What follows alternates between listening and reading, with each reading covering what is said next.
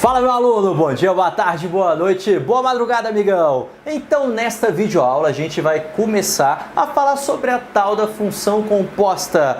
Galera, isso daqui é muito tranquilo, é muito de boa, só que nesta videoaula a gente só vai aprender algumas propriedades, entender como é que funciona esse negócio. Agora, na prática mesmo, como a gente faz para encontrar funções compostas, deixaremos isso para a próxima videoaula, belezinha? Então vamos tentar entender qual que é a nossa ideia de função composta. Primeiro, a notação. A notação é o seguinte, aqui a nossa ideia é colocar uma função dentro da outra. É a gente colocar uma função dependendo de outra função.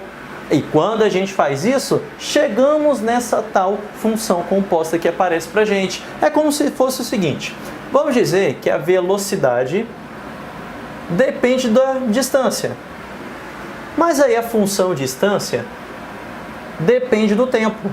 Então aqui a gente consegue colocar uma função dentro da outra e fazer uma única função que seria o resultado da composição desses camaradas, dada pela função v de d de t. Com isso, chegaremos no final a uma função em que a velocidade dependerá do tempo. Então veja que a gente consegue fazer uma relação direta de dependência dessas variáveis. Então a gente tem uma função dependendo da outra. Tudo bem? Então a gente vai dizer o quê? Que essa função f depende daquele x, mas essa segunda função depende dessa daqui. Então a gente consegue fazer uma relação direta entre aquela última e essa variávelzinha primeira que aparece aqui pra gente. Como representei aqui agora para vocês, então eu digo que a função f depende de x, mas aqui eu coloco que a minha função g depende de f. Com isso daqui a gente consegue fazer uma relação direta entre esse x e essa função g, criando a seguinte função, criando a função g de f de x. Ou então, segundo a notação que eu coloquei aqui, pode ser também a função gof, aqui, ó. Ou seja, toda vez que você vê essa bolinha aqui, ó, isso aqui não é uma letra A, não, é uma bolinha mesmo. Essa bolinha representa a composta dessas duas funções. Tudo bem? Ficou clara essa ideia? Então sempre teremos esse tipo de relação aparecendo aqui pra gente. Agora a gente vai voltar para a nossa primeira aula de função. Na nossa primeira aula de função, a gente colocou a definição de função. E na definição de função a gente falou o seguinte, que para cada elemento do x, eu tenho que ter um único valor de y correspondente. Beleza, bacana. Então aqui a gente vai ter isso, para cada valor de x teremos um único valor de y. Mas você concorda comigo que esse x é o camarada que fica dentro do parênteses? Olha aqui, ó. É o camarada que fica dentro do parênteses, então esse camarada aqui, ele vai passar a ser o meu novo x. Esse camarada todo vai passar a ser o domínio dessa função que aparece aqui pra gente. Agora, só para eu colocar de acordo com o que está aparecendo aqui embaixo pra gente, eu só vou trocar essa ordem, tudo bem? Eu vou colocar g nessa primeira, não, vou trocar ali em cima, não tem problema. Vocês podem corrigir aí. Eu só vou trocar essa ordem só para ficar de acordo com esse desenho, porque aqui teríamos isso. Tá, troca ali embaixo, Pedrinho. Aqui, ó, troca aqui, é melhor. Beleza. Então veja que o camarada dentro do parênteses, ele vai passar a ser o que seria o x dessa função. Tudo bem? Ficou clara essa ideia? Vai passar a ser o que seria o x dessa função g. Sendo assim, eu tenho que utilizar todos os elementos desse f, mas espera aí, se a gente utiliza todos os elementos do f, que é o y para esse camarada x, utilizar todos os elementos do contradomínio, teremos imagem igual a contradomínio. Com isso, que tipo de função teremos aqui? Sobrejetora. Então significa que para que essa função composta possa existir, o camarada que vai passar a ser o domínio da função de fora tem que ser uma função o quê? Sobrejetora. Senão, não é possível a gente conseguir fazer a composição dessas duas funções. Ficou claro isso? Então veja que essa escrita que eu coloquei aqui é esse esquema que aparece aqui pra gente. Pedrinho, mas e se eu quiser representar essa notação que você colocou aqui em cima.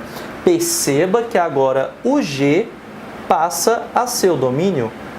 Então esse camarada vem primeiro e o F, que é o mais afora, vai ser o nosso contradomínio.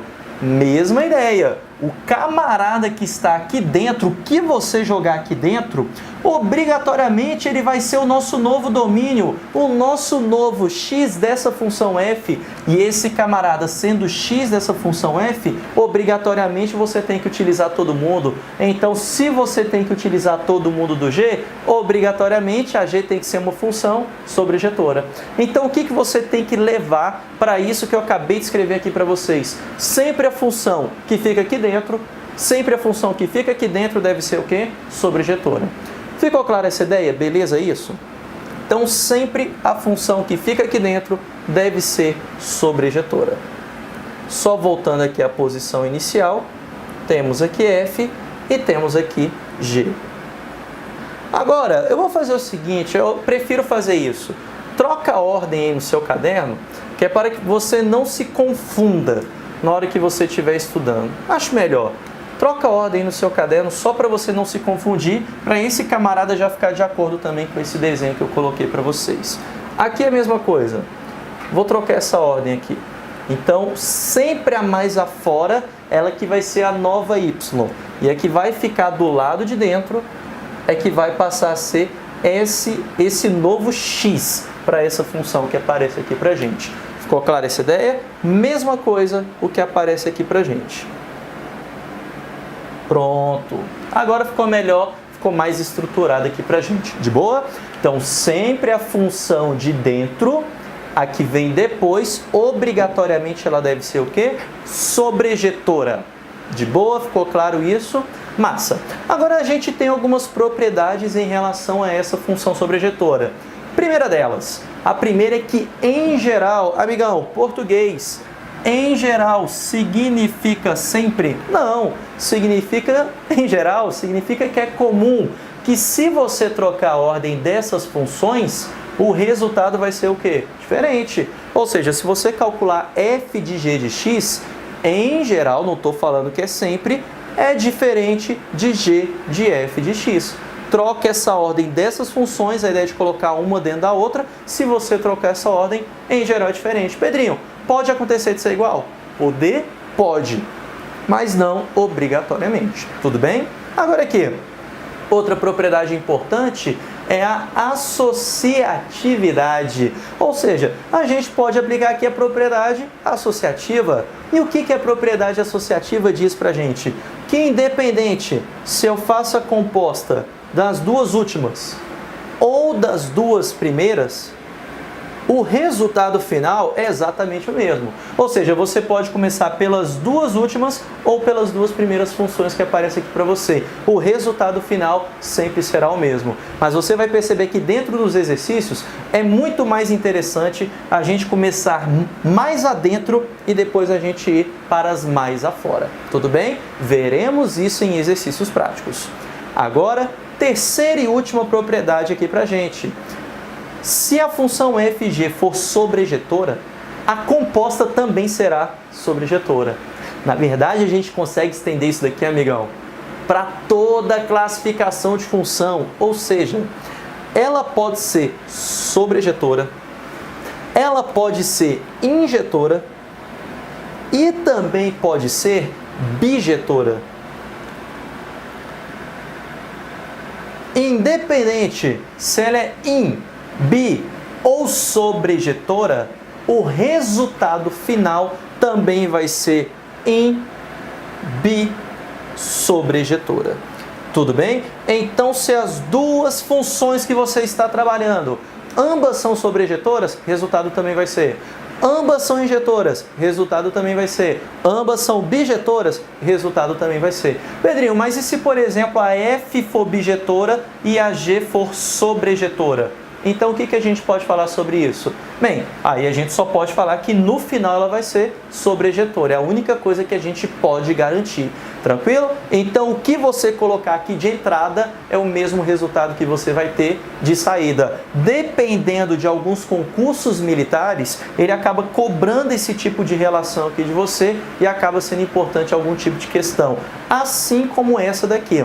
Agora, em geral, o nível de questão, como aparece em provas de vestibulares, ele gosta de trabalhar com você na prática. A ideia é de você encontrar mesmo a função composta. Apesar que a nível de prova do PAS, nível de prova do vestibular da UNB, por exemplo, faz muito tempo que não aparece, mas não significa que a gente tem que deixar de lado isso daqui, belezinha? Agora, pra gente praticar legal, eu te aguardo na próxima videoaula pra gente ver vários exemplos sobre isso daqui. Beleza, amigão? Então, forte abraço e bons estudos pra você. Valeu!